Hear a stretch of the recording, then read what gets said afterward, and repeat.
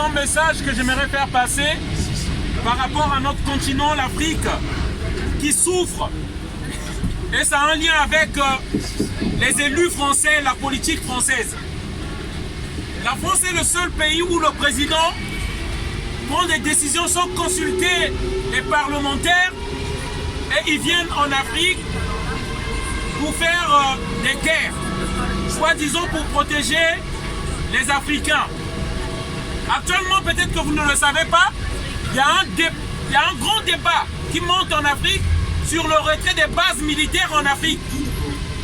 La France, dit-on, est partie aider les pays du Sahel, le Niger, le Mali, ils sont en Libye, dit-on, pour aider les pays africains. Mais actuellement, il y a toujours des morts, beaucoup de morts des Africains. Et si vous ne le savez pas, il y a 70 ou plus soldats nigériens qui sont morts. Je m'incline devant leur mémoire même. Et ce que les gens ne savent pas, la France a fait une guerre en 2011 en Libye, dit-on au nom de la démocratie. Au nom de la démocratie, on a détruit la Libye. Et la personne qui avait donné l'ordre à l'armée française d'aller intervenir en Libye, dit-on sur le mandat de l'ONU, alors qu'ils ont outrepassé les demandes, les ordonnances de l'ONU, ils ont détruit la Libye. Les Libyens qui n'immigraient jamais, aujourd'hui sont en train d'émigrer. Il s'appelle Nicolas Sarkozy. Mais est-ce qu'on a fait un débat au Parlement, à l'Assemblée, pour faire un bilan de l'intervention de la Libye? On n'a pas fait. Si vous ne le savez pas, le 7 février 2019, l'armée française a intervenu au Tchad. Pendant que les Tchadiens voulaient déboulonner un dictateur qui est là depuis 29 ans au pouvoir, l'armée française est venue sauver un dictateur au pouvoir. En 1997, l'armée française est venue aider un dictateur, un psychopathe au Congo-Brazzaville pour prendre le pouvoir. En 2011, l'armée française a accompagné Ouattara, toujours l'ingérence de l'armée française en Afrique.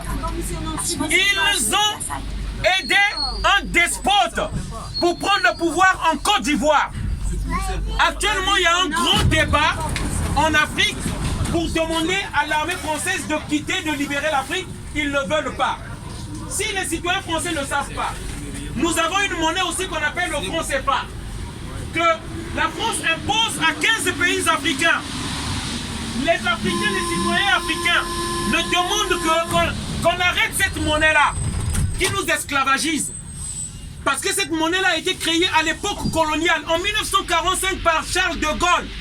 On n'a jamais demandé par un référendum aux peuples africains s'ils choisissaient cette monnaie.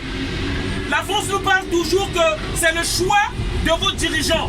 Alors que nous savons que ces dirigeants-là sont choisis au Quai d'Orsay, au ministère des Affaires étrangères. Ces dirigeants-là sont imposés par tricherie ou par coup d'État par la France.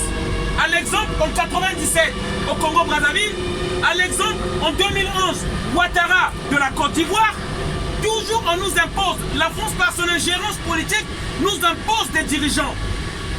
Et nous pouvons arrêter ces dirigeants parce que leur compte se trouve ici en France. Leur compte se trouve en Suisse. On les laisse comme ça parce qu'ils sont en complicité. Les gens se tournent de l'immigration des populations de la jeunesse africaine. Mais qu'est-ce que ces jeunes-là fuient? Moi, je suis un de ces jeunes-là. Nous fuyons soit une déstabilisation politique, ou soit nous fuyons une déstabilisation économique. Le message qu'on veut faire passer, c'est quoi? On vient dénoncer pour que ces choses-là s'arrêtent. Nous voulons que la France fasse un bilan sur l'Afrique à l'Assemblée française, au Parlement. Mais ça ne se fait pas. Parce que la 5e République, c'est une arnaque. La 5e République a trop de pouvoir au président. C'est une arnaque, la 5e République. Et c'est ça que nous venons dénoncer ici. Voilà le message que je voulais faire passer. Merci encore.